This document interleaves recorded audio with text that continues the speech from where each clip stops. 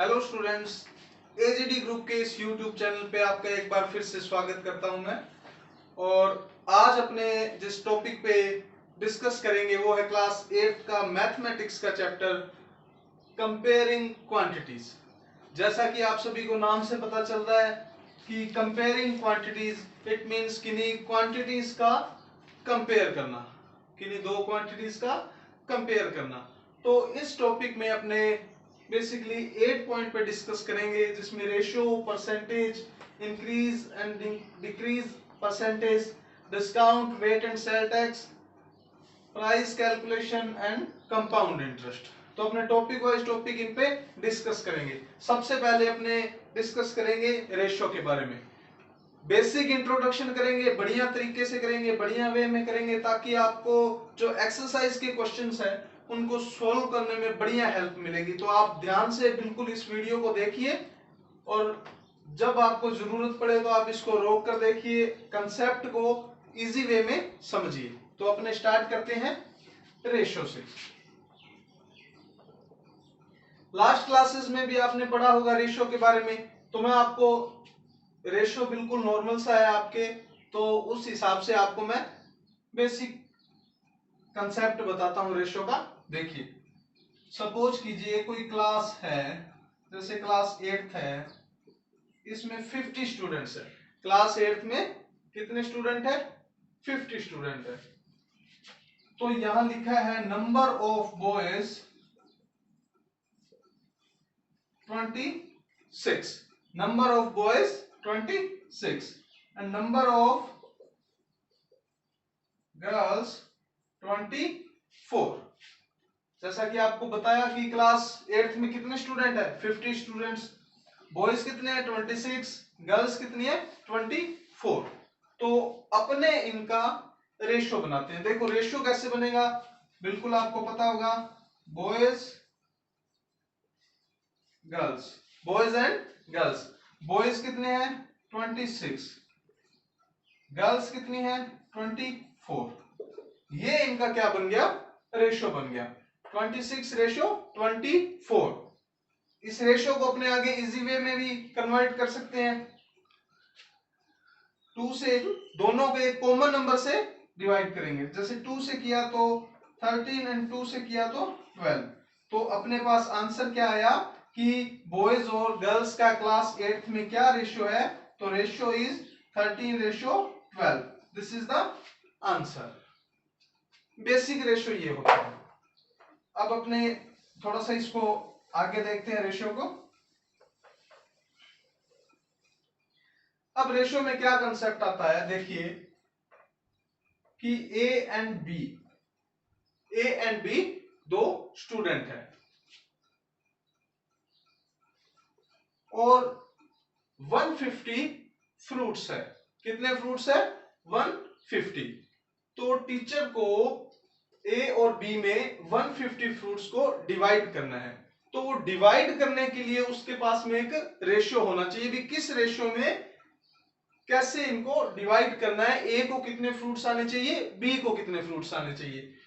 तो इनका ratio suppose कीजिए 2:3 है। 2:3 है। तो देखिए अब इनको डिवाइड कैसे कर सकते हैं। अपने पास टोटल क्वांटिटी है 150, रेशियो है 2:3। तो देखिए कैसे डिवाइड करेंगे इनको। तो जैसे अपने ए का हिस्सा निकालना है कि ए को कितने फ्रूट्स मिलेंगे। तो देखिए ए का रेशियो अपने पास कितना गिवन है? ए का रेशियो अपने पास में 2 गिवन है। तो जिसका निकालना है, जिसका कैलकुलेट करना है, उसका रेशियो न्यूमरेटर में, फिर इन दोनों का टोटल, ए और बी का जो रेशियो है 2:3, इनका टोटल अपॉन में आएगा। टोटल कितना होता है बच्चों? 5। फ्रूट्स कितने हैं? 150, तो मल्टीप्लाई फ्रूट्स। अब देखिए, अब इसको सोल्व करेंगे। आप सभी को पता है कि 150 को 5 से डिवाइड करेंगे तो इसका 30 आएगा और इसका आंसर आएगा 60। मतलब ए के पास कितने फ्रूट आएंगे? 60 फ्रूट आएंगे। इसी टाइप से अपने बी का निकाल लेंगे, बी का कैलकुलेट कर लेंगे बच्चों। बी का रेशियो कितना है? बी का रेशियो है 3 डिवाइड बाई दोनों का सम, दोनों का total 5 multiply fruits, total fruits 150। Calculate करेंगे 30 आएगा बच्चों, और ये कितना आ जाएगा 90। बी के पास कितने फ्रूट्स है 90 फ्रूट है। अब देखो ये अपने कैलकुलेट कर लिया बेसिक वे में इसको, है ना, कैलकुलेट कर लिया। अब अपने को आंसर चेक करना है कि क्या अपना आंसर राइट है, इन्हीं रेशो में है बिल्कुल। तो इसे अपने देखिए कैसे करेंगे सॉल्व आउट। ए बी 60 90, है ना, यही तो है। ए के पास कितने फ्रूट है 60, बी के पास कितने हैं 90। तो देखिए इनको एक कॉमन नंबर से अपने इन दोनों को डिवाइड करते हैं, कॉमन नंबर से जिनका पूरा पूरा डिवाइड होता हो उस कॉमन नंबर से। तो देखिए इसमें कॉमन नंबर क्या होगा बच्चों, इसमें कॉमन नंबर होगा 30, 32 जा 60, 33 जा 90, 2:3 इज योर आंसर। बिल्कुल सेम है, 2:3 था और 2:3 है। आई होप ये आपको समझ में आया होगा इसको डिवाइड कैसे करते हैं। अब देखिए इसका एक और बेसिक कंसेप्ट होता है, 150 फ्रूट है, ए और बी में डिवाइड करना है 2:3 में। अब देखिए अपने को रेशो दिया हुआ है कि 2:3 है, अपने को ये नहीं पता कि ए को कितने फ्रूट हैं और बी को कितने फ्रूट है, वो अपने को इस रेशो में डिवाइड करने हैं। तो एक वे आपको मैंने समझाया, दूसरा मैं आपको और बताता हूं, देखिए वो भी बेसिक कंसेप्ट है बिल्कुल, आप समझिए। तो अपने क्या मानते हैं, एक रेशो है जो ए का और बी का, उनको मानते हैं अपने एक्स। तो देखिए 2x + 3x is equal to 150। यही होगा ना कि जब ए को फ्रूट आएंगे और बी को जो फ्रूट आएंगे वो दोनों टोटल करने पर कितना होगा 150 होगा। यही अपने लिखा है, देखिए 2x + 3x is equal to 150। ये बन गई आपकी इक्वेशन। इसे अपने सॉल्व कर लेते हैं, 2 and 3 5x is equal to 150, है ना बच्चों। 2 and 3 is 5x is equal to 150। देखिए जब कोई इस यहाँ पे मार्क नहीं है मतलब ये मल्टीप्लाई है, तो x इज इक्वल टू, ये जब इक्वल से इधर जाएगा तो ये क्या आ जाएगा डिवाइड में आ जाएगा, है ना बच्चों। 150 डिवाइड बाई 5 और इसका सोल्व करेंगे तो कितना आएगा 30। x की वैल्यू कितनी आ गई बच्चों 30। तो अब इसको इक्वेशन में पुट कर लेते हैं, 2x मतलब 2 into x, तो 2 into 30 is equal to 60 and 3 into 30 is equal to 90। मतलब a के पास में कितने फ्रूट हैं 60 और इसके पास में 90। तो इस प्रकार से ऐसे भी इसको सॉल्व कर सकते हैं।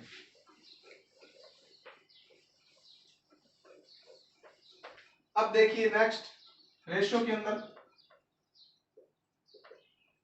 कभी कभी क्या होता है, रेशियो को परसेंटेज में कन्वर्ट करना होता है। रेशियो को किस में कन्वर्ट करना होता है परसेंटेज में। तो देखिए कैसे करेंगे, 2:3 दिया हुआ है, एग्जामिनर आपको बोलता है कि इसको परसेंटेज में कन्वर्ट कीजिए। तो देखिए कैसे करेंगे, जैसे अपने को एक का रेशियो परसेंटेज में कन्वर्ट करना है, तो जिसका कन्वर्ट करना है उसका न्यूमरेटर 2 ऊपर आएगा, जिसका अपने को कैलकुलेट करना है, जैसे ए का रेशियो है उसको परसेंटेज में कन्वर्ट करना है, तो ए का रेशियो ऊपर अपॉन 5।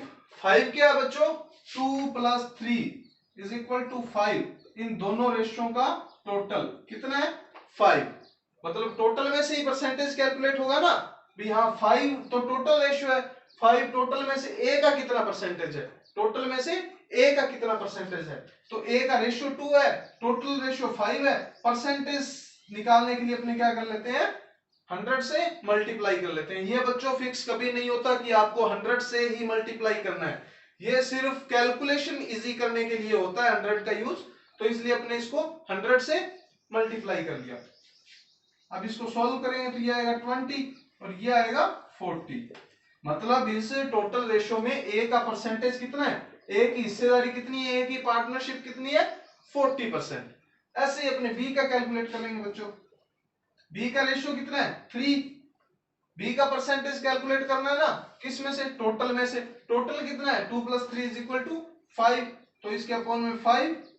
परसेंटेज निकालने के लिए क्या करेंगे 100 से मल्टीप्लाई करेंगे, तो ये इसको सॉल्व करेंगे 20, 23 जा 60, तो ये कितना आ गया बच्चों बी का 60%।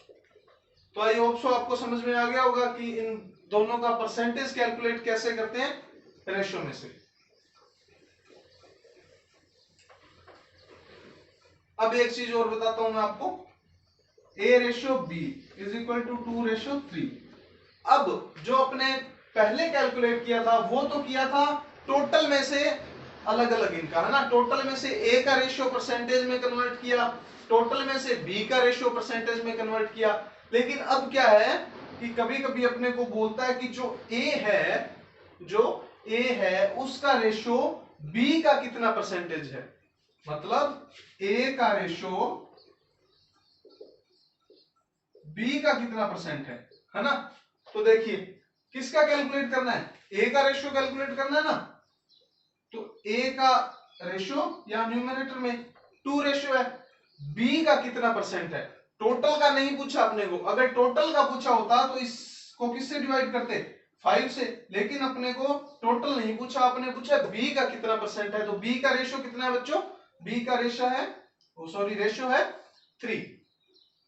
और परसेंटेज निकालने के लिए क्या करते हैं अपने, 100 से मल्टीप्लाई। तो देखिए इसको जब इससे अपने सॉल्व करेंगे तो ये 33.33, और जब इसको मल्टीप्लाई करेंगे तो 66.66 परसेंटेज, है ना बच्चों। आई होप आपको समझ में आ गया। इसी प्रकार ये भी कर सकते हैं कि जो B का रेशियो है वो A का कितना परसेंटेज है, तो जिसका कैलकुलेट करना है उसका ऊपर B का रेशियो A के रेशियो का कितना परसेंट है। तो इसका आंसर आएगा बच्चों 150%, है ना। तो ये आपका रेशियो कंप्लीट हुआ। ये आपका बच्चों रेशियो कंप्लीट हुआ। अब अपने बात करेंगे परसेंटेज पे। अब अपने बात करेंगे परसेंटेज पे। ये भी बिल्कुल इजी है, बड़ा ही ध्यान से समझिए आप इसे। परसेंटेज भी कहीं ना कहीं रेशियो के इक्वल होता है। देखिए कैसे, अपने रेशियो में बात किया था कि एक क्लास में 40 बॉयज है 50 गर्ल्स है, वैसे ही अपने जैसे बात करते हैं परसेंटेज में कि क्लास में नंबर ऑफ बॉयज कितने हैं, 40%। नंबर ऑफ बॉयज कितने हैं, 40%। नंबर ऑफ गर्ल्स कितनी है, 50%। बस यही हो गया ना। तो बॉयज कितने हैं, बॉयज 40% है, और गर्ल्स कितनी है, 50% है ना। तो ये इनको रेशियो में भी लिख सकते हैं अपने, 40% रेशियो 50%, ठीक है। तो देखिए अपने आगे इसको परसेंटेज को देखते हैं कि बेसिकली परसेंटेज क्या यूज होती है। जैसे लिखा कि क्लास के अंदर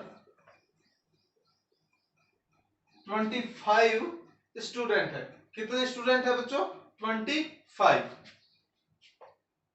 कोई पिकनिक टूर जा रहा है, कोई पिकनिक टूर जा रहा है, तो जो अपने गाइड है या पीटीआई सर है अपने, इन्होंने रिपोर्ट करी कि सर 72% बच्चे पिकनिक पे जा रहे हैं। कितने, 72%। इन्होंने ये क्वांटिटी नहीं बताई कि 25 में से कितने बच्चे जा रहे हैं, इन्होंने परसेंटेज बताया है कि सर 25 स्टूडेंट्स टोटल है और 72% जा रहे हैं। तो अपने देखो कैसे कैलकुलेट करते हैं इसको कि 25 स्टूडेंट है, 25 स्टूडेंट है, इसका 72% जा रहा है। इसका कितना जा रहा है, 72%। अब जो परसेंटेज का निशान हटाने के लिए अपने क्या करते हैं, 100 से डिवाइड कर देते हैं। 100 से क्या करते हैं, डिवाइड कर देते हैं। तो देखिए 25 तो अपने पास में टोटल स्टूडेंट है, 72% अपने बच्चे जा रहे हैं। तो कितने बच्चे जा रहे हैं बच्चों, देखो इसको अपने करेंगे, इसको कैलकुलेट करेंगे। तो 25 4 जा 100, 25 4 जा 100 एंड सॉरी 24 जा, बिल्कुल सही है, 25 4 जा 100। अपने इसको डिवाइड कर लिया। अब 72 को 4 से डिवाइड करेंगे तो कितना आएगा बच्चों, 80। मतलब पिकनिक पे कितने बच्चे जा रहे हैं, कितने स्टूडेंट्स जा रहे हैं, 18 स्टूडेंट, और जा कितने नहीं रहे, 7 नहीं जा रहे हैं। अब एक चीज और समझिए आप, मैं आपको बताता हूं।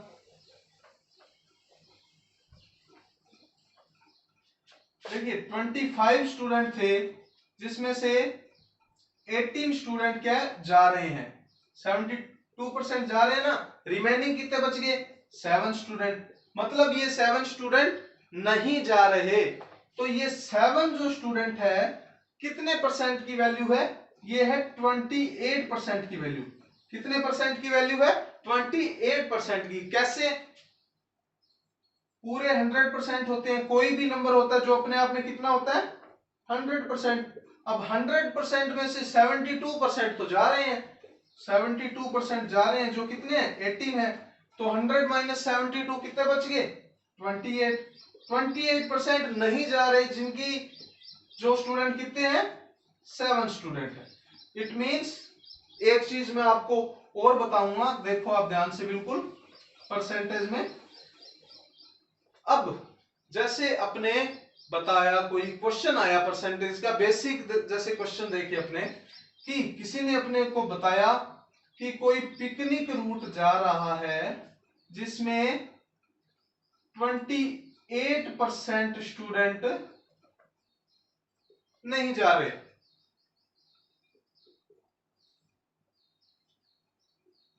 पिकनिक पे 7 बच्चे हैं, जो 7 स्टूडेंट है वो नहीं जा रहे, जो कितने 28% है क्लास का।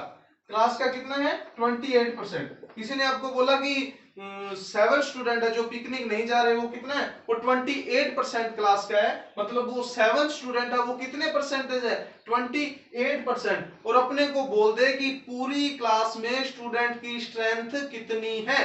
तो देखिए कैसे कैलकुलेट करेंगे। अपने को पता है कि ये 7 स्टूडेंट है, अपने को पता है कि ये 7 स्टूडेंट है। तो ये 7 स्टूडेंट है, ये कितने परसेंट की वैल्यू है, ये 28% की वैल्यू है। कितने परसेंट की वैल्यू है, 28% की वैल्यू है। अपने को क्लास में पूरे बच्चों की स्ट्रेंथ निकालनी है, तो पूरे बच्चे कितने होंगे, 100% होंगे। कितने होंगे, 100%।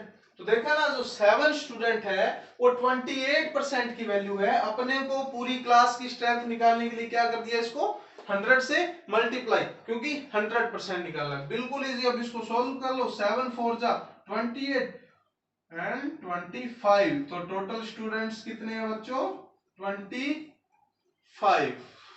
अब इसमें एक चीज और देखिए आप, ये समझ में आ गया होगा आपको, अच्छी तरह से इसको नोट करें।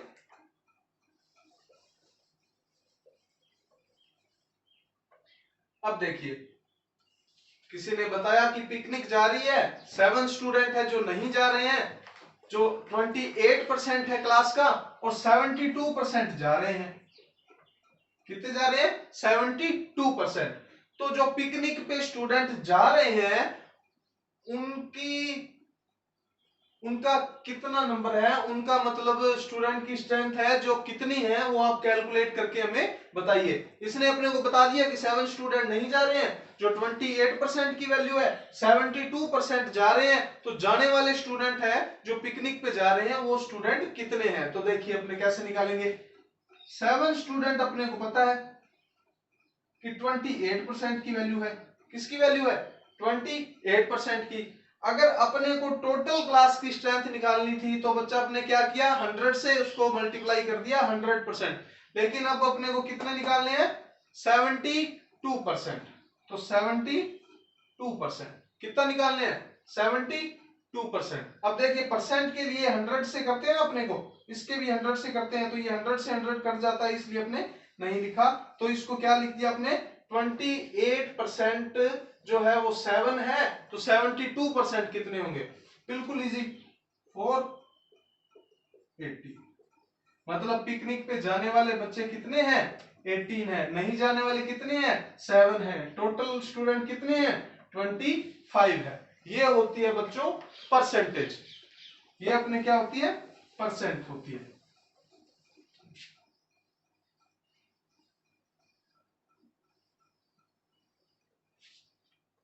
इस चैप्टर में आपके बड़ी बेसिक से क्वेश्चंस है कि किसी की सैलरी है 1 लाख, है ना, वो 10% डोनेट कर देता है, 10% क्या कर देता है, डोनेट कर देता है, तो उसकी रिमेनिंग सैलरी कितनी होगी? तो देखिए 1 लाख है जो पूरे 100% की वैल्यू है, सॉरी 1 लाख है जो पूरे 100% की वैल्यू है, इसका 10% कैलकुलेट करना है ना, इसका 10% कैलकुलेट करना है, तो 10% कितना हो जाएगा बच्चों? 10,000। 1 लाख में से वो 10,000 डोनेट कर देगा, रिमेनिंग बच्चों 90,000। बस ये हो गया परसेंटेज का, है ना। मतलब कोई भी चीज है जो परसेंटेज से अपने, जब अपना उसका परसेंटेज गिवन होता है तो अपने इजीली उसको कैलकुलेट कर सकते हैं, इजीली उसको कैलकुलेट कर सकते हैं। ये अपना परसेंटेज हो गया, इसका बेसिक इंट्रोडक्शन। अब अपने करेंगे इंक्रीज एंड डिक्रीज परसेंटेज। अब अपने क्या करेंगे? Increase and decrease percentage. देखिए इंक्रीज डिक्रीज परसेंट, जैसा कि आपको पता है कि इंक्रीज मींस प्लस, किसी भी चीज में इंक्रीमेंट लगता है तो क्या होता है? प्लस होता है, डिक्रीमेंट लगता है तो क्या होता है? माइनस होता है। ये बात सबको पता है ना? हाँ, इंक्रीज परसेंट मतलब कुछ प्लस हुआ है, डिक्रीज परसेंट इट मींस कुछ माइनस हुआ है। तो देखिए ये कैसे होता है। सपोज कीजिए एक कार है जिसका प्राइस 1 लाख है, एक कार है जिसका प्राइस 1 लाख है। अगर क्वेश्चन ये आता है कि उस कार के प्राइस में 10% का इंक्रीमेंट लगा है, तो अब उस कार का प्राइस कितना होगा? अब उस कार का प्राइस कितना होगा? उसी प्रकार से देखिए बच्चों, डिक्रीज परसेंट जब होता है तो यही सेम क्वेश्चन है कि एक कार है जिसकी वैल्यू 1 लाख है और उसके प्राइस में 10% डिक्रीज हुआ है, तो अब उसका प्राइस कितना होगा? ठीक है, तो देखिए इसको समझते हैं अपने। क्या है कि जो कार है उसका प्राइस है 1 लाख, कार का प्राइस कितना है बच्चों? 1 लाख। 10% इसका निकालेंगे। 10% क्यों निकालेंगे? क्योंकि अपने को कहा हुआ है 10% इंक्रीमेंट हुआ है, तो 1 लाख का 10%, देखिए कैलकुलेट करेंगे कितना आएगा बच्चों? 10,000। कितना आएगा बच्चों? 10,000। अब जैसा कि अपने को पता है कि जो इंक्रीमेंट होता है वो प्लस होता है, इट मींस 1 लाख की कोई कार थी, उसमें 10% इंक्रीमेंट हुआ, 10% मतलब 10,000 इंक्रीमेंट हुआ, अब उसका प्राइस कितना हो गया? तो 1 लाख प्लस 10,000, प्लस में ही होगा ना, क्योंकि रेट इसका जो बड़ा है कितने से? 10% से। 10% कितना होता है 1 लाख का? 1 लाख इंटू 10/100 कैलकुलेट किया, कितना आ गया? 10,000। तो इसको जब ऐड करेंगे तो ये कितना आ जाएगा? 1,10,000 रुपीज आंसर, है ना। 10% से इंक्रीमेंट हुआ कार का, आपने निकाल दिया। इसी प्रकार से देखिए डिक्रीमेंट कैसे होगा कि कोई कार है 1 लाख की, 10% का लॉस हुआ है उसको, उसके जो रेट है वो डाउन हुए हैं, उनमें डिक्रीमेंट लगा है, तो अब वो कार कितने की है? तो देखिए 1 लाख, वही आंसर इसका आएगा। 10% कितना आएगा? 10,000 आएगा। लेकिन अब क्या हुआ है? डिक्रीमेंट माइनस हुआ है, तो 1 लाख माइनस 10,000, आंसर इज 90,000। मतलब अब उस कार की प्राइस कितनी है? 90,000। जब इंक्रीमेंट लगा तो 1,10,000, जब डिक्रीमेंट लगा तो 90,000, क्योंकि इसके रेट में क्या हुआ है? लॉस हुआ है। इसको क्या हुआ है? हानि हुई है, इसको लॉस हुआ है, यहाँ पे इसको प्रॉफिट हुआ है ना। 10% से यहाँ इंक्रीज, यहाँ 10% से डिक्रीज। तो बिल्कुल आपको बेसिक वे में मैंने समझाया कि इंक्रीमेंट और डिक्रीमेंट क्या होता है। अब देखिए एक चीज और बताता हूं।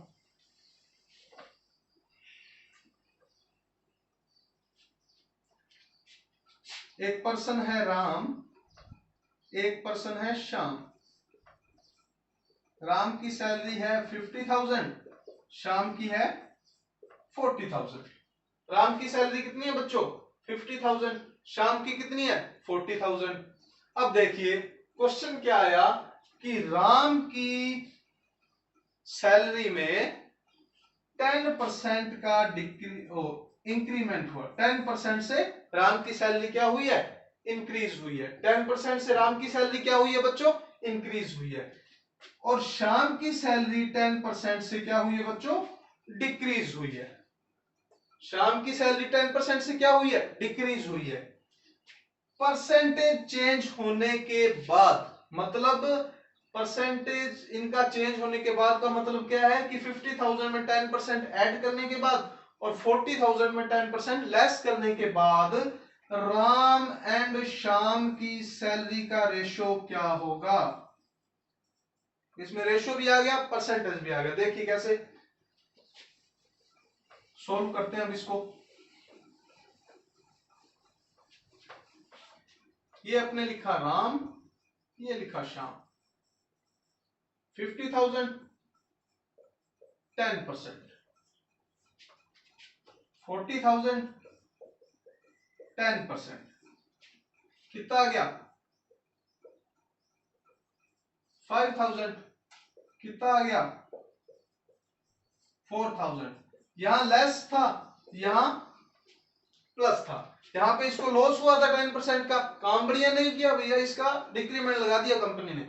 राम ने काम बहुत बढ़िया किया, तो मैनेजर अच्छा आदमी था, उसने सोचा 10% और ले लेगा। इसको क्या कर दिया? प्रॉफिट कर दिया। तो पहले इसकी सैलरी थी 50,000, अब 5,000 इसके ऐड और हो गए, तो कितना हो गया? 55,000। इधर भैया जी को नुकसान हो गया। 40,000 पहले था, 4,000 का इसको क्या हो गया? लेस हो गया, इसको लॉस हो गया, क्योंकि काम बढ़िया नहीं किया इसने, होमवर्क टाइम से नहीं किया, पढ़ाई लिखाई की नहीं, नंबर कम आए थे, तो इसलिए इसकी सैलरी में क्या कर दिया इन्होंने? डिडक्शन कर दिया, डिडक्ट कर ली इसकी सैलरी को। कितने परसेंट से? 10% से। तो पहले 40,000 थी, 4,000 इसमें से लेस कर दिया, कितना बच गया भैया? 36,000। अब इनमें क्या करना है? रेशियो निकालना है। बताया था ना, परसेंटेज चेंज होने के बाद में रेशियो कैलकुलेट करना है। तो ये रेशियो का अपना मार्क लगा दिया। अब इसको इजी वे में कन्वर्ट करना है कि रेशियो कितना। देखिए भैया 30 से 30 उड़ा दी अपने, कितना बच गया? 55 रेशियो 36। अब ऐसा कोई नंबर है नहीं जिससे ये दोनों आपस में कट जाए, नहीं कटेंगे बिल्कुल, यहीं तक सॉल्व होगा। तो राम एंड श्याम की सैलरी का रेशो कितना आ गया after percentage changes? 55 ratio 36। 55 ratio 36।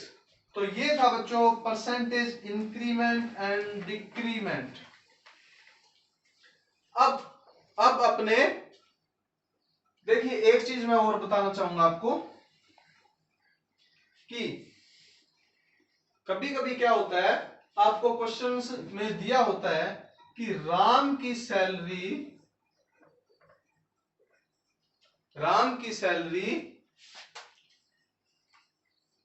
90,000 हो गई 10% डिक्रीमेंट के कारण। 10% से डिक्रीज होने के कारण राम की सैलरी कितनी होगी? 90,000, 90,000। तो क्वेश्चन ये है कि डिक्रीज होने से पहले, मतलब डिक्रीमेंट लगने से पहले, इसको 10% का लॉस होने से पहले राम की सैलरी कितनी थी? राम की सैलरी कितनी होगी? 90,000। कब? जब उसके 10% का डिक्रीमेंट लगा। क्वेश्चन अगले ने ये पूछा कि डिक्रीमेंट लगने से पहले राम की सैलरी कितनी थी? 10% इसका काटने के बाद में, इसकी सैलरी डिडक्ट करने के बाद में 90,000 होगी। तो काटने से पहले राम की सैलरी कितनी थी? तो देखिए राम की सैलरी अब कितनी होगी भैया? 90,000। अब कितनी होगी? 90,000।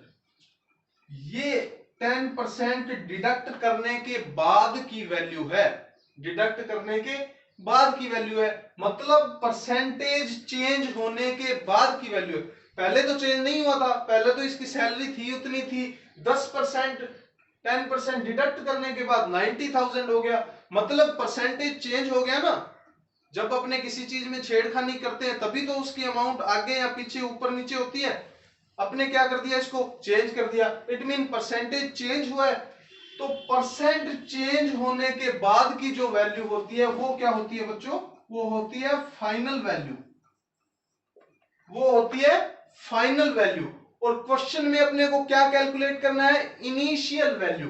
क्या कैलकुलेट करना है, इनिशियल वैल्यू, है ना, मतलब जो शुरुआत में थी, स्टार्टिंग में थी, इनिशियल वैल्यू कैलकुलेट करनी है, फाइनल वैल्यू गिवन है। तो देखिए क्या होता है कि फाइनल वैल्यू, ये आपके हालांकि बुक में नहीं है लेकिन मैं आपको आउट ऑफ सिलेबस आपके बता रहा हूं, बहुत बढ़िया काम आएगा आपके। Final value always divided by 100 plus minus r into 100।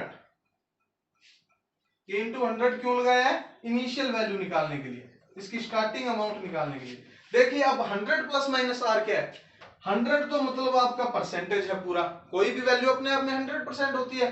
Plus minus का मतलब है कि अगर माइनस हुई है तो माइनस, डिक्रीमेंट लगा है तो माइनस, इंक्रीमेंट लगा है तो प्लस। आर क्या होती है बच्चों, आर होती है रेट, तो इसमें रेट कितनी थी 10%, आर क्या होती है रेट, रेट कितना था 10%। अब देखिए अब इस क्वेश्चन को अपने सोल्व करते हैं, कैसे होगा, फॉर्मूला आपने लिख ही लिया होगा कि 10% से डिक्रीमेंट लगा, तो 90,000 फाइनल वैल्यू है, और final value always divided by 100 plus minus R. तो ये प्लस हुआ है या माइनस, बिल्कुल आपको दिख रहा है माइनस हुआ है, डिक्रीमेंट लगा है, तो 100 माइनस 10 इज इक्वल टू 90, मतलब 90,000 कितने की वैल्यू है 90 की।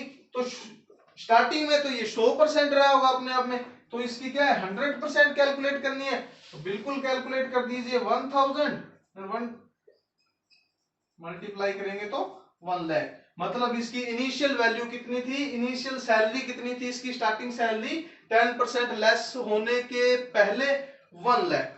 1 लाख में से 10% अपने क्या करेंगे, डिडक्ट कर लेंगे, आंसर चेक करो अपना 10,000, तो ये कितना बच गया 90,000, यही तो आ रखा है, बिल्कुल इजी है ना, समझ में आ गया होगा आपको। और वैसे इसको बेसिक कंसेप्ट में करते तो देखिए कितना होता,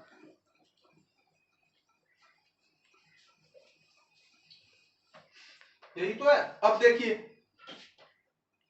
1 लाख 10% इंक्रीज होने के बाद की वैल्यू है, मतलब क्या है, कोई राम पर्सन है, उसकी सैलरी 1 लाख होगी 10% इंक्रीज होने के बाद। तो क्वेश्चन है कि 10% इंक्रीज होने से पहले उसकी सैलरी कितनी थी, 10% इंक्रीज होने से पहले। अब देखो परसेंटेज चेंज की वैल्यू दे रखी है अपने को कि 10% इंक्रीज होने के बाद की, मतलब बाद की वैल्यू है, तो मतलब क्या है ये फाइनल वैल्यू है ना बच्चों, ये क्या है फाइनल वैल्यू है। और आपको मैंने बताया था final value always divided by 100 plus minus R, तो ये प्लस हुआ है, बिल्कुल इंक्रीज हुआ है तो प्लस हुआ ना, तो 100 plus 10 is equal to 110। Initial value निकालनी थी जो स्टार्टिंग में थी, तो उसके लिए क्या करेंगे 100 से मल्टीप्लाई करेंगे, बिल्कुल। अब इसको कैलकुलेट करेंगे तो ये आ जाएगा आपका बाई 11, तो ये पॉइंट्स में आएगा कुछ कुछ 11 9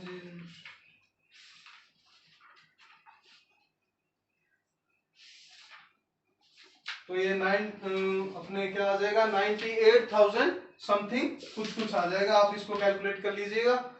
तो ये मतलब जैसे अपने इसको पूरा लेते हैं कैलकुलेट करने के लिए, तो 1,10,000 कर लेते हैं इसको, मान लो ये तो पॉइंट्स में आ रहा है, बेसिक आपको एग्जांपल समझा रहा हूं मैं कि 1,10,000 इसकी सैलरी होगी, इंक्रीमेंट होने के बाद की मतलब फाइनल वैल्यू है, हो चुका है परसेंटेज चेंज तो मतलब फाइनल वैल्यू है, तो final value always divided by 100 plus minus R, मतलब 100 प्लस माइनस आर का मतलब है अगर प्लस हुआ है तो 100 में प्लस करेंगे, माइनस हुआ है तो माइनस करेंगे। अब जैसा कि प्लस हुआ है, जैसा कि प्लस हुआ है तो कितना प्लस हुआ है, 10 प्लस हुआ है, तो 110 मतलब 1,10,000 किसकी वैल्यू है, 110 की, और अपने को किसकी निकालनी है, स्टार्टिंग की वैल्यू, इनिशियल वैल्यू, तो किससे मल्टीप्लाई करेंगे, 100 से। बिल्कुल, अब इसको काट सकते हैं 1000 और ये आ गया 1 लाख, मतलब 10% इंक्रीमेंट लगने से पहले इसकी सैलरी कितनी थी, 1 लाख, और लगने के बाद कितनी होगी, 1,10,000। तो ये था आपका इंक्रीज एंड डिक्रीज परसेंटेज। अब अपने नेक्स्ट करेंगे डिस्काउंट और वैट एंड सेल टैक्स। अब अपने बात करेंगे डिस्काउंट और वेट एंड सेल्स टैक्स पे। तो ये लिखा डिस्काउंट, ये लिखा वेट एंड सेल्स टैक्स। तो देखिए इसमें आपको क्या ध्यान रखना है, डिस्काउंट का नाम लेते ही सबको पता चल जाता है कि जो डिस्काउंट होता है वो अपने को छूट होती है। कोई भी प्रोडक्ट है जिसका कुछ फिक्स्ड प्राइस होता है उसके ऊपर अपने को शॉपकीपर है जो फिक्स एक डिस्काउंट देता है या डिस्काउंट ऑफर चलता रहता है, उसी को अपने क्या बोलते हैं, डिस्काउंट बोलते हैं। डिस्काउंट में किसी भी प्रोडक्ट का रेट जो है कुछ एक फिक्स परसेंटेज के साथ क्या होता है बच्चों, डिडक्ट होता है, मतलब उसमें कटौती होती है, उसके रेट में कमी होती है ना। दूसरी साइड देखिए, other side VAT and sale tax है जो अपने को क्या है, पे करना पड़ता है ना। तो ये क्या होता है, प्लस होता है, ये क्या होता है, माइनस होता है। अब देखते हैं, समझते हैं कैसे। पहले अपने डिस्काउंट देखते हैं। डिस्काउंट, सपोज कीजिए आपने कोई टीवी खरीदना है, आपने कोई टीवी परचेज करना है जिसका प्राइस है 1000, जिसका प्राइस कितना है बच्चों, 1000।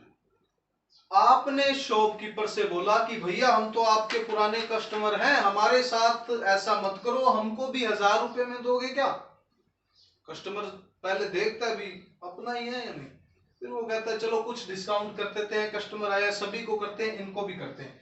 तो शॉपकीपर ने क्या किया, वही टीवी आपको 750 रुपीज में दे दिया। कितने में दे दिया बच्चों, 750 रुपीज में। तो उसका प्राइस क्या था, 1000, उसने सेल कितने में किया, 750 में। इट मींस जो इनका डिफरेंस है 250, ये क्या होता है बच्चों, ये होता है डिस्काउंट, ये क्या होता है, डिस्काउंट। एक चीज और समझिए, एक टीवी है जिसका प्राइस 1000 है, हॉलीडे ऑफर चल रहे हैं, धमाकेदार दिवाली बम्पर ऑफर चल रहे हैं। रिटेलर या सेलर ने क्या किया कि टीवी के प्राइस पे या कोई भी इलेक्ट्रॉनिक जो प्रोडक्ट है उनके प्राइस पे उसने फिक्स रख दिया भाई 10% क्या है, डिस्काउंट है, 10% क्या है, डिस्काउंट है। तो अब देखिए वो आपको कितने में पड़ेगी, 1000 की चीज है, वही बात जो परसेंट इंक्रीज और डिक्रीज में कराया था सेम चीज होती है, बस इनका नाम बदल दिया जाता है और कुछ ही नहीं है। 10% डिस्काउंट मिला है मतलब इसके प्राइस में गिरावट हुई है, मतलब इसके प्राइस जो है 10% से डिक्रीज हुआ है, 10% से कम हुआ है। तो जब कम हुआ है तो देखिए कितना हुआ है, 10% निकालेंगे पहले तो अपने इसका, तो इसका 10% कितना आएगा, 100 आएगा ना, 10% कितना आएगा, 100 आएगा। अब जबकि अपने को डिस्काउंट है तो अपने को 100 रुपीज क्या है, कम देने हैं। तो कितने का पड़ा अपने को टीवी,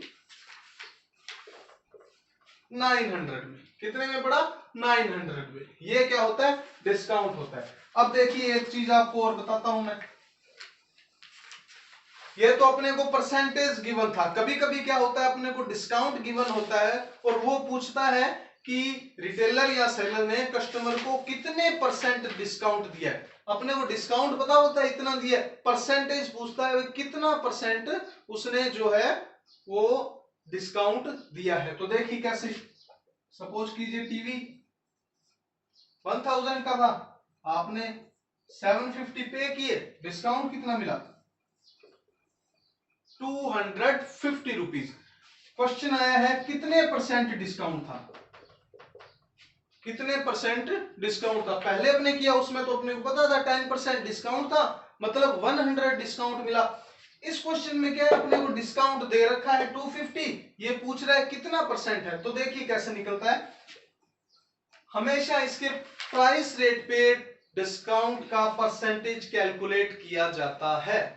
डिस्काउंट कितना मिला बच्चों 250, डिस्काउंट कितना मिला 250, कितने पे मिला, मतलब उसका प्राइस कितना था। ये तो आपने पे किए है, इसका कोई रोल ही नहीं है, दोनों का इनका ही रोल है ना, आपस में अपने आप ये अपने आप एडजस्ट होंगे। ये इससे पूछ रहा है अभी तूने मेरे को दिया, मैं कितने % हूं भाई बता। ये पूछ रहा है अभी तू चला गया, तू कितने % चला गया बता, इसका तो कोई रोल नहीं है। देखिए कितना 250 रुपए अपने को 250 अपने को डिस्काउंट मिला, किस पे मिला 1000 पे।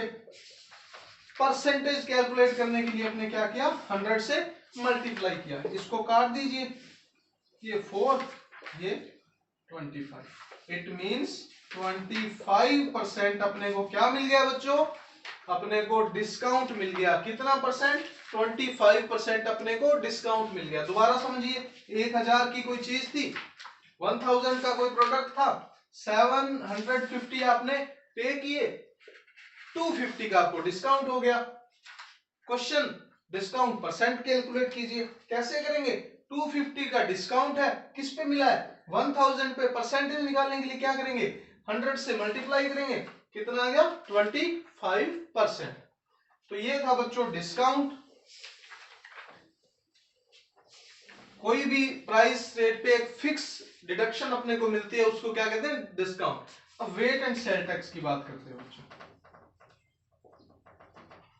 वेट एंड सेल टैक्स क्या होता है, सेल्स टैक्स और वेट क्या होता है। सेल्स टैक्स बिक्री कर जिसको बोलते हैं, अपने जब अपने किसी चीज को सेल्स करते हैं तो गवर्नमेंट को उसको क्या है टैक्स देना पड़ता है। क्या देना पड़ता है, टैक्स देना पड़ता है। तो वो टैक्स क्या है, उसके प्राइस में ऐड होता है। वो कौन पे करता है, अपने को पे करते हैं। वही बात, एक टीवी है 1000 का प्रोडक्ट है, अपने ले लेंगे तो उसका प्राइस कितना था 1000, बिल बन गया ज्यादा, अपने हैरान परेशान, आंधी तूफान, 1000 रुपए की चीज बिल ज्यादा कैसे बन गया। अगला बोलता है भैया इस पे क्या लगा है, सेल्स टैक्स लगा है, बिक्री कर लगा है, कितना लगा है 10%। अब वो उसमें ऐड होगा, तो देखिए 1000 का 10% अपने को पता है 100 होता है, तो डिस्काउंट में तो लेस हो गया था, बस सिंपल सा फंडा है। इसमें क्या होगा, इसमें ऐड हो जाएगा, क्यों तो कितने की हो जाएगी ये 1100 की हो जाएगी वेट और सेल टैक्स में। और डिस्काउंट में बस इतना सा फर्क है, डिस्काउंट में लेस होता है, वेट और सेल्स टैक्स में क्या होता है ऐड होता है। अब अपने नेक्स्ट करेंगे प्राइस कैलकुलेशन। क्या करेंगे बच्चों, प्राइस कैलकुलेशन नेक्स्ट करेंगे। अब अपने बात करेंगे प्राइस कैलकुलेशन पे। ये इस टॉपिक का इंपॉर्टेंट पार्ट है, तो इसको आप बड़े ध्यान से समझिए कि प्राइस कैलकुलेशन क्या होती है। देखिए बच्चों, जब अपने कोई प्रोडक्ट लेने जाते हैं तो वो प्रोडक्ट क्या है, कहीं ना कहीं मैन्युफैक्चर्ड हुआ होता है, कहीं ना कहीं उसकी पैकिंग हुई होती है, कहीं ना कहीं से वो डिलीवर हुआ होता है।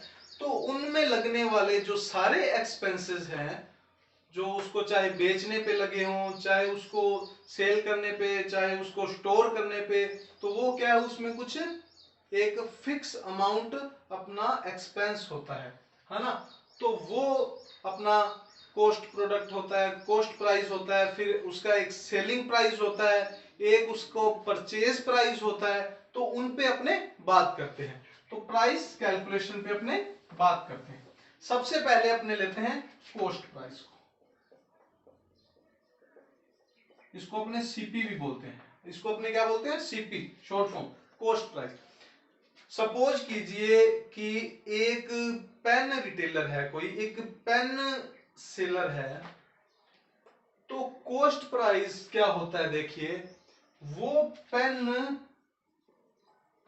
बनाने में, उसको मैन्युफैक्चर करने में, उसको सेल्स तक करने में जो भी एक्सपेंस हुआ होता है वो किस में आता है, कॉस्ट प्राइस में। कैसे, अब जब पेन बेचने वाला है अपने शॉपकीपर देखते हैं तो जाहिर सी बात है कि वो पेन अपने घर पे तो बनाता नहीं, कहीं ना कहीं से लेके आता है ना, तो उसका मैन्युफैक्चरिंग एक्सपेंसेस, जो कंपनी जो प्रोडक्ट बनाती है उस पेन को, जैसे वो 3 रुपए में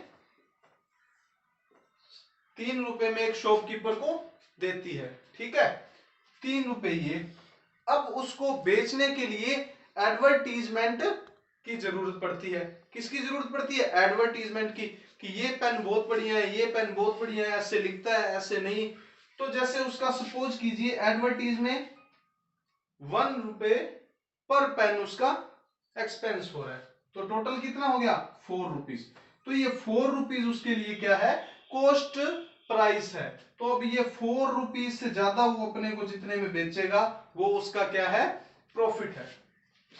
दोबारा समझिए, कॉस्ट प्राइस में क्या होता है, सारा उसका मैन्युफैक्चरिंग का लगा होता है ना, मतलब कोई भी प्रोडक्ट अपने बनाते हैं उसकी जो मैन्युफैक्चरिंग पे कॉस्ट होती है ना, जो मैन्युफैक्चरिंग पर एक्सपेंस होता है, खर्च होता है, उसको क्या बोलते हैं, कॉस्ट प्राइस। अब एक होता है सेलिंग प्राइस,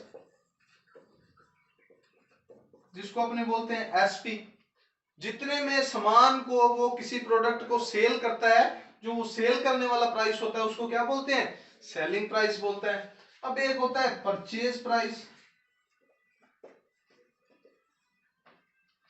परचेज प्राइस ये किसके लिए होता है, कस्टमर के लिए होता है, कि जितने में उसको वो परचेज पर करता है। तो सेलिंग और परचेज प्राइस सेम होता है। सेलिंग प्राइस पे कभी कभी कुछ डिस्काउंट भी मिल जाता है अपने को, और जैसे कि आपको बताया मैंने पीछे कि डिस्काउंट क्या होता है, सेलिंग प्राइस पे वेट और सेल्स टैक्स भी ऐड हो जाता है, वो भी मैंने आपको बताया।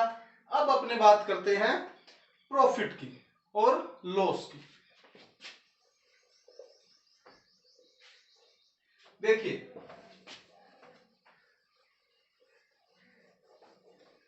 बिजनेस में दो चीजें होती है ज्यादातर, प्रॉफिट लॉस। कभी कभी होता है कि प्रॉफिट भी नहीं होता, लॉस भी नहीं होता, लेकिन क्या होता है, प्रॉफिट और लॉस, P&L, प्रॉफिट और लॉस होता है। तो देखिए अपने एक पेन है जिसकी कॉस्ट प्राइस कितनी है, 10 रुपीज है, मैन्युफैक्चरिंग एक्सपेंसेस और उसका सारा कुछ एडवर्टीजमेंट मिला के वो पेन सेलर को, शॉपकीपर को कितने रुपए में पड़ता है, 10 रुपए में। उसकी selling price 11 rupees. Selling price कितना है बच्चों, 11 रुपीज। तो देखिए कॉस्ट प्राइस 10 रुपीज है, सेलिंग प्राइस 11 रुपीज है, कितना प्रॉफिट हुआ, 1 रुपी। ये उसका क्या है, प्रॉफिट है। क्योंकि कॉस्ट प्राइस जब जब अपनी कम होगी तब तब अपने को क्या होगा, प्रॉफिट होगा। सेलिंग प्राइस से कॉस्ट प्राइस कम होगी तब अपने को क्या होगा, प्रॉफिट होगा। इसको देखिए फॉर्मूले में समझिए आप, ये साथ साथ में नोट कर लीजिएगा। आपकी जितनी भी बुक के अंदर या जैसे भी आपको एक्सरसाइज अवेलेबल होती है उसके एग्जाम्पल ज्यादा से ज्यादा कीजिए, अपनी नोटबुक में उनको नोट कीजिए, ताकि फिर जो क्वेश्चन है एक्सरसाइज के वो आपको करने में आसानी रहे। तो देखिए समझिए, सिंपल सा फंडा है प्रॉफिट का, जब जब आपकी सीपी लेस देन एसपी होगी तब आपको क्या होगा, प्रॉफिट होगा। मतलब सेलिंग प्राइस जब आपका ज्यादा होगा, कॉस्ट प्राइस कम होगी, तो आपको क्या होगा, प्रॉफिट होगा। और लॉस क्या होगा, जब जब आपकी कॉस्ट प्राइस सेलिंग प्राइस से ज्यादा होगी तब तब आपको क्या होगा, लॉस होगा। सपोज कीजिए कोई 9 रुपए का पेन है, 9 रुपए का कितने है पेन है, वो आपको शॉपकीपर 8 रुपीज में बेचता है, 8 रुपीज में आपको सेल करता है, तो उसको कितने रुपए का नुकसान हुआ, 1 रुपए का। अपने बात करते हैं ना, 9 में तो मेरे को खुद को पड़ा है यार, मैंने तेरे को 8 में बेच दिया, तो 1 रुपए का क्या होगा, उसको नुकसान हो गया। नुकसान क्यों हुआ, क्योंकि उसका जो कॉस्ट प्राइस है वो था 9 रुपीज और उसका सेलिंग प्राइस है 8 रुपीज, तो 1 रुपी का उसको क्या है, लॉस है। तो देखिए अब इस प्रॉफिट परसेंटेज और लॉस परसेंटेज, तो देखिए P&L परसेंटेज, ये लाइन लिख लीजिए, always calculated on CP। P&L मतलब profit and loss percentage always calculated on CP। Cost price पे कैलकुलेट होता है ना, कोई भी चीज है उसका प्रॉफिट एंड लॉस अपने को कॉस्ट प्राइस पे कैलकुलेट करना पड़ता है, क्योंकि अपने वहीं से तो डिसाइड करते हैं कि अपने को ये प्रोडक्ट कितने में पड़ा, है ना, ताकि आगे जब हम सेल करेंगे तो अपने को प्रॉफिट होगा कि लॉस होगा वो अपने को बाद में पता चलेगा ना, जब अपना कॉस्ट प्राइस अपने को पता होगा। तो देखिए P&L percentage always calculated on cost price, तो इसका मैं फॉर्मूला लिखा रहा हूं आपको प्रॉफिट परसेंट का, आप नोट कर लीजिए, profit divide by cost price into 100। इसी प्रकार से लॉस का करेंगे अपने, तो loss upon cost price into 100, ये आप नोट कर लीजिए, profit upon CP cost price percentage calculate करने के लिए 100, लॉस का लॉस अपॉन CP इंटू 100, क्योंकि प्रॉफिट और लॉस किस पे कैलकुलेट होंगे, कॉस्ट प्राइस पे। अब जैसे एक क्वेश्चन करते हैं अपने,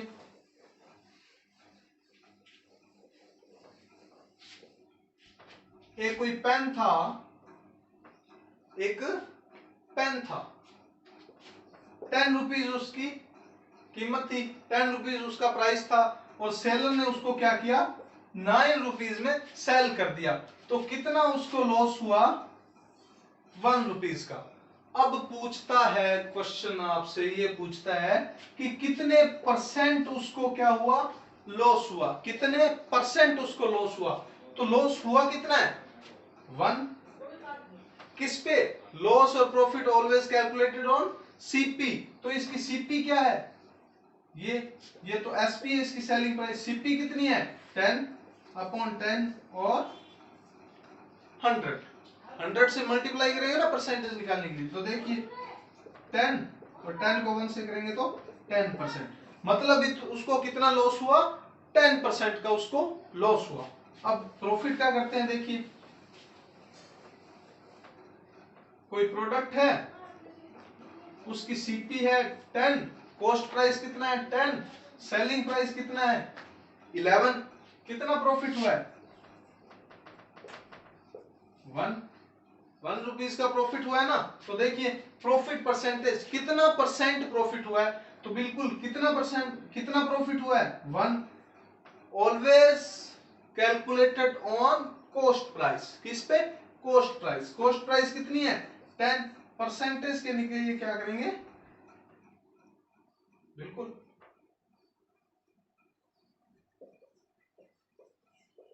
यहां क्या हुआ है, उसको 10% प्रॉफिट हुआ है, कितना परसेंट, बस जो अपने को पूछा है उसने, प्रॉफिट हो चाहे लॉस हो, जो उसको उसने अपने को पूछा है वो अपने ऊपर लिखेंगे न्यूमरेटर में, upon bye CP cost price, और 100 से मल्टीप्लाई कर देंगे।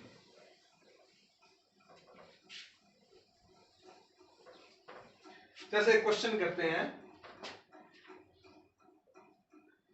राम ने प्रोडक्ट मैन्युफैक्चर किया, राम ने एक प्रोडक्ट मैन्युफैक्चर किया, और मैन्युफैक्चर करने के बाद में उसकी कॉस्ट प्राइस है जो कितनी थी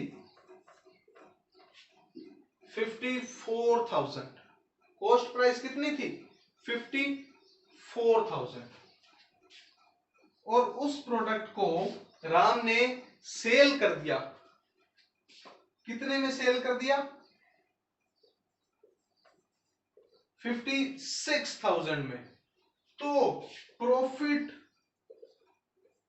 एंड लॉस परसेंट कैलकुलेट कीजिए। ये क्वेश्चन था बच्चों, देख लो। राम ने प्रोडक्ट मैन्युफैक्चर किया, उसकी कॉस्ट प्राइस कितनी थी? 54,000। सेलिंग प्राइस, उसको सेलिंग प्राइस कितनी थी? 56,000। तो क्या पूछा है कि profit and loss percent calculate कीजिए। अब आप मेरे को बताइए सीपी और एसपी। सीपी कितनी है? 54,000 है। कॉस्ट प्राइस कितना है? 54,000। सेलिंग प्राइस कितना है बच्चों? 56,000। प्रॉफिट हुआ है कि लॉस? बिल्कुल प्रॉफिट हुआ है। उसको कितना प्रॉफिट हुआ है? 2,000। कितना प्रॉफिट हुआ है? 2,000। अब ये पूछ रहा है कि प्रॉफिट एंड लॉस परसेंटेज बताइए मेरे को, कितना परसेंट उसको प्रॉफिट हुआ। तो देखिए प्रॉफिट परसेंट फॉर्मूला आपको बताया था मैंने, profit upon CP multiply by 100। Profit कितना हुआ? 2,000। सीपी कितनी थी अपनी? 54,000 इंटू 100 लीजिए। तो इसको अपने कितना कह सकते हैं? 100/27% उसको क्या है? प्रॉफिट हुआ है। कितना परसेंट प्रॉफिट हुआ है? 100/27%। तो ये था इसका सेलिंग प्राइस का, कॉस्ट प्राइस का, और इसका प्रॉफिट एंड लॉस का, और प्रॉफिट एंड लॉस परसेंटेज का। अब अपने इस चैप्टर का लास्ट टॉपिक करेंगे कंपाउंड इंटरेस्ट।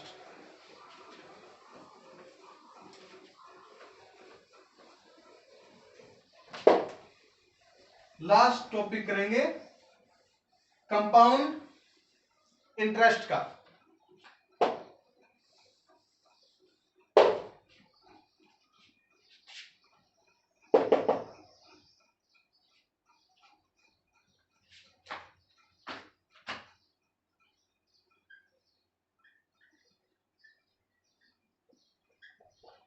कंपाउंड इंटरेस्ट का देखिए बच्चों, आपने अपनी लास्ट क्लास में पढ़ा होगा एसआई। क्या पढ़ा होगा? एसआई, सिंपल इंटरेस्ट, जिसमें था principal into rate into time by 100। मतलब राम ने इंटरेस्ट क्या होता है बच्चों? फर्स्ट ऑफ ऑल इंटरेस्ट वो होता है, इंटरेस्ट वो अमाउंट होती है जब कभी आप किसी से फिक्स टाइम के लिए कोई अमाउंट बोरो करते हैं, किसी फिक्स टाइम के लिए अमाउंट बोरो करते हैं, तो उस पे लगने वाला जो चार्ज है, जो आपको एक्स्ट्रा मनी पे करनी पड़ती है, वो क्या होता है बच्चों? इंटरेस्ट। वो क्या होता है? इंटरेस्ट। अब कोई ऐसी ऑर्गेनाइजेशन, ऐसा पर्सन तो होता नहीं है जो आपको मनी दे दे कि कोई बात नहीं 10 महीने बाद में, 12 महीने बाद में, साल, 2 ईयर, 3 ईयर, 4 ईयर बाद में जब भी आप लौटाओगे तो जितने दिए हैं उतने ही वापस ले लेना। ऐसा तो होता नहीं है, कुछ फिक्स चार्ज होता है ना उस पे। तो जो फिक्स चार्ज होता है, जो आपको पे करना पड़ता है एक्स्ट्रा, वो क्या होता है? इंटरेस्ट होता है। अब इंटरेस्ट कितने टाइप के होते हैं? 2 टाइप के होते हैं। एक तो होता है सिंपल इंटरेस्ट, एक होता है कंपाउंड इंटरेस्ट। तो देखिए सिंपल इंटरेस्ट क्या होता है कि राम ने 10,000 रुपीज बैंक से बोरो किए। कितने परसेंटेज रेट पे? 10% रेट पे। कितने ईयर के लिए? 2 ईयर के लिए। तो क्वेश्चन ये बनता है आफ्टर 2 ईयर कितना पे करना पड़ेगा राम को। अब देखिए रेट क्या होता है? रेट ऑफ इंटरेस्ट होती है, मतलब कितना परसेंट इंटरेस्ट लगेगा। 10%, 12%, 20, 50 जितना भी उनकी पॉलिसी होती है उस हिसाब से इंटरेस्ट लगता है। टाइम क्या होता है? टाइम टेकन ये होता है जितने टाइम के लिए आपने पैसा बोरो किया, जितने टाइम के लिए आपने पैसा उधार लिया है बैंक से, ये क्या होती है? Principal amount. प्रिंसिपल अमाउंट कौन सी होती है बच्चों? प्रिंसिपल अमाउंट वो होती है जो आपने बैंक से बोरो किए हैं या किसी पर्सन से बोरो किए हैं। अब क्वेश्चन क्या है? सॉरी, अब क्वेश्चन क्या है? क्वेश्चन ये है कि 2 ईयर के बाद में आपको बैंक को कितना पैसा लौटाना पड़ेगा, कितना रिफंड उनको करना होगा और कितना एक्स्ट्रा पेमेंट जो है आपको पे करनी होगी। तो देखिए सिंपल इंटरेस्ट का अपने फॉर्मूला होता है प्रिंसिपल। प्रिंसिपल कितना है? 10,000 इंटू रेट। रेट कितनी है? 10% इंटू टाइम। टाइम कितना है? 2%। टाइम कितना है? 2% अपॉन 100।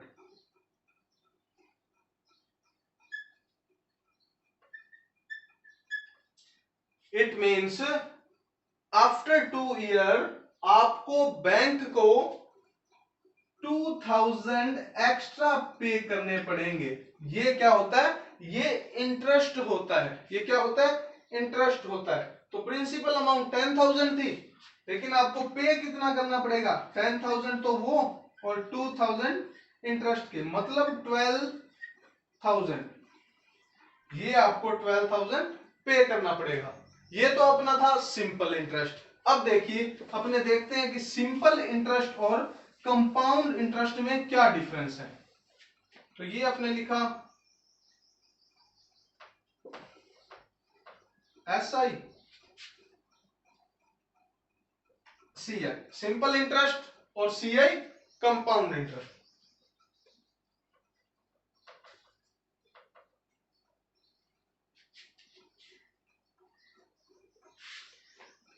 सपोज कीजिए आपने 100 रुपए 100 रुपीज आपने बैंक से बोरो किए। फॉर एग्जाम्पल 100 रुपीज आपने बैंक से बोरो किए। रेट ऑफ इंटरेस्ट थी 10%। रेट ऑफ इंटरेस्ट कितनी थी बच्चों? 10%। तो आफ्टर 3 ईयर कैलकुलेट करना है अपने को SI और CI। तो देखिए SI मैंने आपको बताया,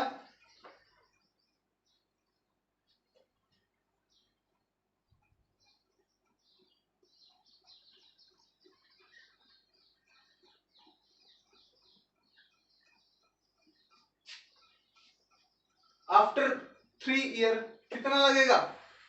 30 रुपीज आप पे इंटरेस्ट लगेगा। देखिए ईयरली ईयरली कैलकुलेट करते हैं। 1 ईयर का 10 रुपीज, सेकेंड का 10 रुपीज, थर्ड ईयर का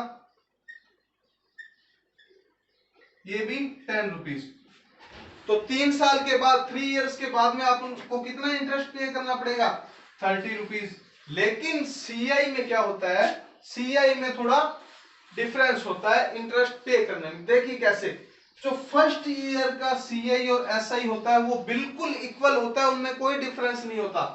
क्वेश्चन आ जाए कि कोई पर्सन है जिसने बैंक से पैसे बोरो किए हैं और इतना उसका रेट ऑफ इंटरेस्ट है और 1 ईयर के बाद में वो वापस रिटर्न कर देगा, तो उसका कंपाउंड इंटरेस्ट क्या होगा? तो 1 ईयर का कंपाउंड इंटरेस्ट और सिंपल इंटरेस्ट बिल्कुल इक्वल होता है, कोई डिफरेंस नहीं होता।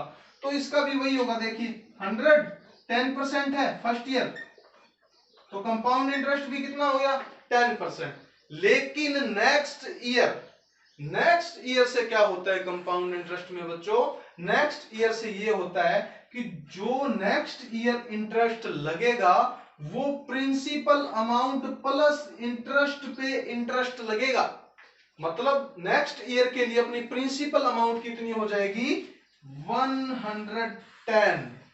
बस यही डिफरेंस होता है कंपाउंड इंटरेस्ट में और सिंपल इंटरेस्ट में। सिंपल इंटरेस्ट में चाहे कितने भी साल का इंटरेस्ट आपको कैलकुलेट करना हो, जो उसमें प्रिंसिपल अमाउंट है वो सेम रहती है। प्रिंसिपल अमाउंट क्या रहती है बच्चों? सेम। लेकिन कंपाउंड इंटरेस्ट में ठीक इसका रिवर्स होता है। इसमें क्या होता है कि पहले साल तो बिल्कुल सेम होता है, उससे नेक्स्ट ईयर जितना इंटरेस्ट आप पहले साल का बनता है आपका, वो प्रिंसिपल अमाउंट में ऐड होता जाता है। वो प्रिंसिपल अमाउंट में क्या होता जाता है? ऐड होता जाता है। जैसे सेकंड ईयर का कितना हो गया? 100 तो पहले ही था। 10%, ये 10 रुपीज क्या हो गया? इंटरेस्ट हो गया। तो प्रिंसिपल अब कितना बन गया? 110। इसका 10% निकालेंगे, कितना हो गया? 11 रुपीज। अब थर्ड ईयर का निकालेंगे तो देखिए अब प्रिंसिपल कितना हो गया? 110 प्लस 11, तो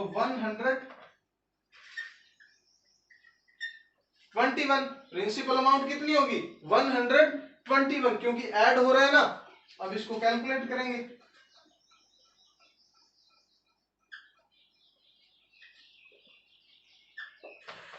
12.1। तो आफ्टर 3 ईयर कंपाउंड इंटरेस्ट आपको कितना देना पड़ेगा? 10 प्लस 11 21 प्लस 12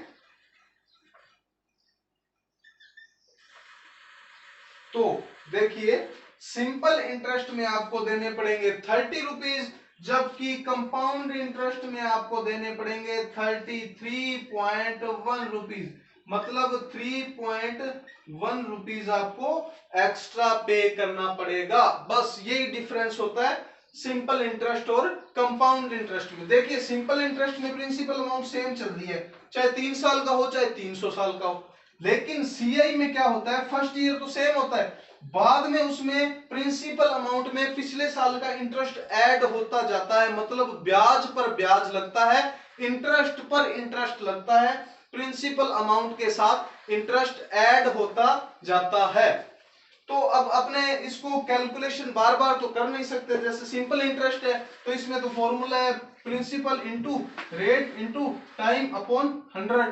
तो टाइम चाहे यहां पर 3 साल हो चाहे यहां पर 300 साल हो, इससे कोई फर्क नहीं पड़ता, कैलकुलेशन इजी रहती है। लेकिन सीआई में ऐसे लंबी कैलकुलेशन अपने नहीं कर सकते, तो इसके लिए क्या होता है? सीआई का एक फॉर्मूला होता है। सीआई का क्या होता है? कंपाउंड इंटरेस्ट का एक फॉर्मूला होता है, जो मैं आपको नोट करवा रहा हूं। जितने भी इससे आपको क्वेश्चन बने वो क्वेश्चन आप सॉल्व कीजिए और नोटबुक में नोट कीजिए, है ना। इसका कंपाउंड इंटरेस्ट सीआई का क्या फॉर्मूला होता है? Principal bracket of 1 plus rate upon 100 square N. तो देखिए प्रिंसिपल क्या होती है? बोरो अमाउंट होती है। प्रिंसिपल क्या होती है? बोरो अमाउंट। जो आपने लोन लिया है ना वो क्या होती है? प्रिंसिपल अमाउंट होती है। रेट क्या होता है? Rate of interest. मतलब कितना परसेंटेज इंटरेस्ट आपको पे करना पड़ेगा। एन क्या होता है? टाइम। एन क्या होता है? टाइम। और ये 100 डिवाइड्स। अब देखिए जो क्वेश्चन अपने पहले किया था उसको इस फॉर्मूले से करके देखते हैं कि 100 रुपीज आपने बोरो किए, 10% रेट ऑफ इंटरेस्ट पे 3 इयर्स के बाद में आपको कितना कंपाउंड इंटरेस्ट पे करना पड़ेगा। तो देखिए प्रिंसिपल कितना अपना 100, ब्रैकेट ऑफ प्रिंसिपल कितना है? 100 रुपीज। 1 प्लस रेट कितनी है? Rate of interest 10%, 10 divide by जैसा कि फॉर्मूले में लिखा है 100 स्क्वायर एन। एन क्या है? एन है टाइम। टाइम कितना है? 3 ईयर। अब देखिए इसको सॉल्व करते हैं अपने।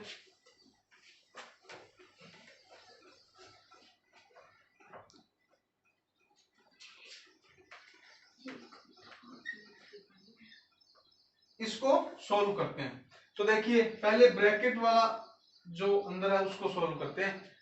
इसको इससे मल्टीप्लाई करेंगे, 100 को 1 से मल्टीप्लाई करेंगे, कितना आएगा? 100 प्लस 10 कितना आएगा? 110 upon 100 by time, sorry upon square time. Time कितना है? 3 ईयर। अब देखो ये 100 कोई मार्क नहीं, it means multiply 110 divide by 100। 3 times है तो इसको 3 टाइम्स लिखेंगे। लीजिए पहले अपने क्या किया? Principal amount bracket of 1 plus R, rate कितनी है? 10% डिवाइड बाई 100 स्क्वायर में टाइम 3 टाइम्स।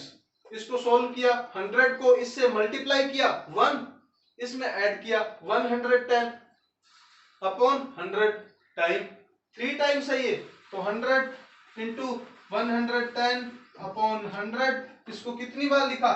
3 टाइम्स, क्योंकि कितने टाइम्स है? 3 टाइम। अब इसको सॉल्व कर लेते हैं, ये कटता जाएगा, ये कट गया, इससे ये कट गया, और इससे ये कट गया, इससे ये कट गया, है ना? तो कितना रह गया? 11 11 11 11 इंटू 11 इंटू 11 रह गया ना, अपॉन 10 बच गया।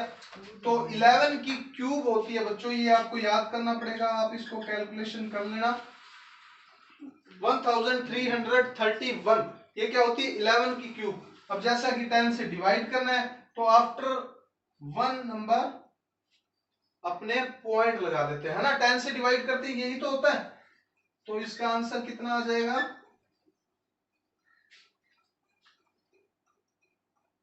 ये आ जाएगा। तो 33.1 इसका क्या है?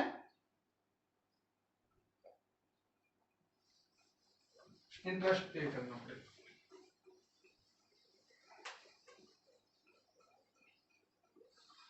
कुछ गलत किया क्या?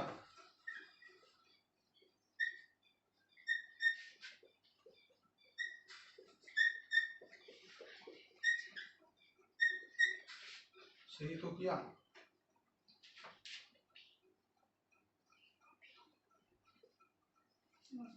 सही किया बिल्कुल, है ना?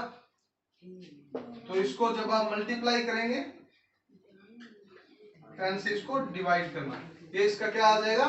आंसर आ जाएगा।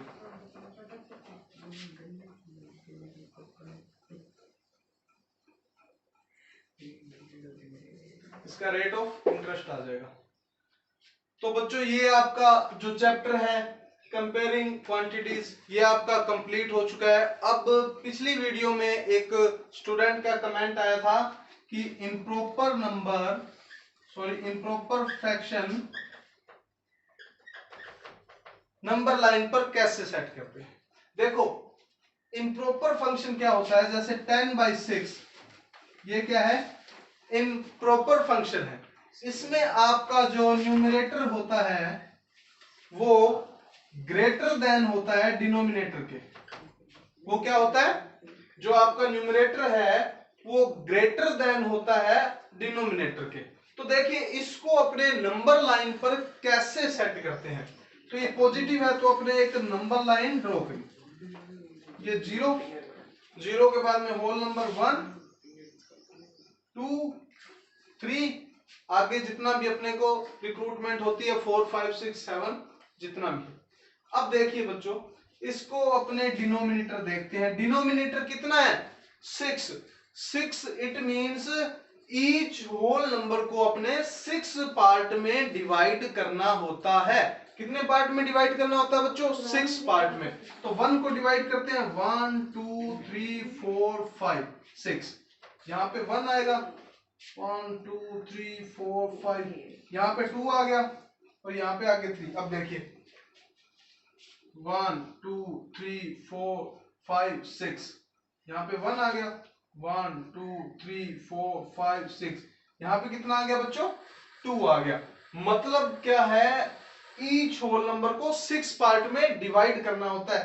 तो 1 2 3 ऐसे ही आगे चलता जाएगा। अब अपने को 10/6 नंबर लाइन पे ड्रॉ करना है। तो देखिए 6 पार्ट्स में अपने किया इसको, तो ये 1/6 2/6 3/6 4/6 5/6 और ये 1 है, इट मीन 6/6 7/6 8/6 9/6 और ये 10/6। तो इसको अपने क्या करेंगे? मार्क करेंगे। तो 10/6 इस टाइप से इसको अपने क्या करते हैं? नंबर लाइन पे इम्प्रॉपर फंक्शन को सेट करते हैं। एक एग्जांपल और देखते हैं अपने 13/4। 13/4 देखिए नंबर लाइन ड्रॉ करिए अपने,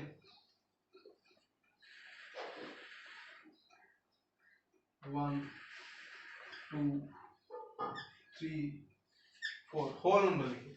देखो इसका डिनोमिनेटर कितना है 4, ईच होल नंबर को कितने पार्ट्स में डिवाइड करना है 4 में, तो कर दो 1 2 3 4 1 2 3 4 1 2 3 4, इसको डिवाइड कर दिया। अब देखो जो न्यूमरेटर है वो कितना है 13 है, मतलब न्यूमरेटर कितना है 13 है और डिनोमिनेटर कितना है 4 है। तो देखिए कितना आएगा जब इसको अपने डिवाइड करेंगे, 4 3 जा 12 1, 4 3 जा 12 1। अब देखिए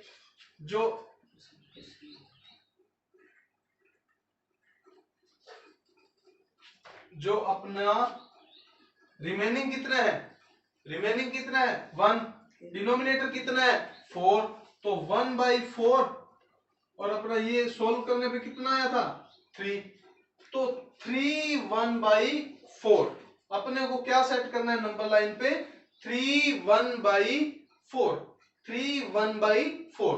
तो देखिए कैसे सेट करेंगे, अपने इसको 4 पार्ट्स में डिवाइड किया हुआ है ना, तो देखिए 1/4 2/4 3/4, ये 1 आ गया, इट मीन 4/4, ठीक है। तो 1 1/4 1 2/4 1 3/4 और ये कितना आ गया 1 4/4, इट मीन्स 2, 1 4/4 इट मीन्स 2, तो ये आ गया 2 1/4 2 2/4 2 3/4 और ये आ गया 2 4/4, ये कितना आ गया 2 4/4। अब इसको अपने आगे करेंगे 1 2 3 4 5 में, तो ये आ गया 3 1/4, यही तो अपने को सेट करना था, यही तो अपने को इम्प्रॉपर फ्रैक्शन सेट करना था नंबर लाइन पे 3 1/4, तो ये 3 1/4 आ गया। अब देखिए इसको एक और देखते हैं अपने, 13/4 को सेट करना है 1/4 2/4 3/4 4/4 5/4 6/4, ऊपर लिख रहा हूं 7/4 8/4, 2 आ गया ना 8/4, 9/4 10/4 11/4, ये 12/4, 3 आ गया ना 12/4 और नेक्स्ट 13/4। तो ऐसे अपने इम्प्रॉपर फ्रैक्शन सेट करेंगे। तो आज का ये टॉपिक बच्चों आपका यही इसका एंड होता है। आपको मैंने बेसिक कंसेप्ट के बारे में बहुत बढ़िया से आपको बताया। अगर कोई कुछ समझ नहीं आया आपको तो इस YouTube चैनल में आप इस वीडियो पे कमेंट कर सकते हैं, चैनल को सब्सक्राइब कीजिए ताकि कोई भी नोटिफिकेशन आए तो आपको वीडियो सबसे पहले मिले। कुछ वीडियो में अगर कोई मिस्टेक रह जाती है तो वो भी आप कमेंट करके बता सकते हैं, आप अपनी क्वेरीज कमेंट बॉक्स में डाल सकते हैं। और इस जो चैप्टर अभी अपने रीड किया है इससे रिलेटेड जो क्वेश्चन है, उससे रिलेटेड जो क्वेश्चन है वो भी आपसे बहुत जल्द इस वीडियो मीडियम के द्वारा शेयर किए जाएंगे।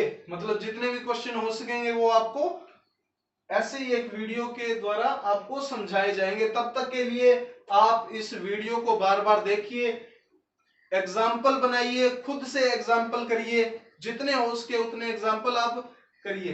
तब तक के लिए गुड बाय, थैंक यू।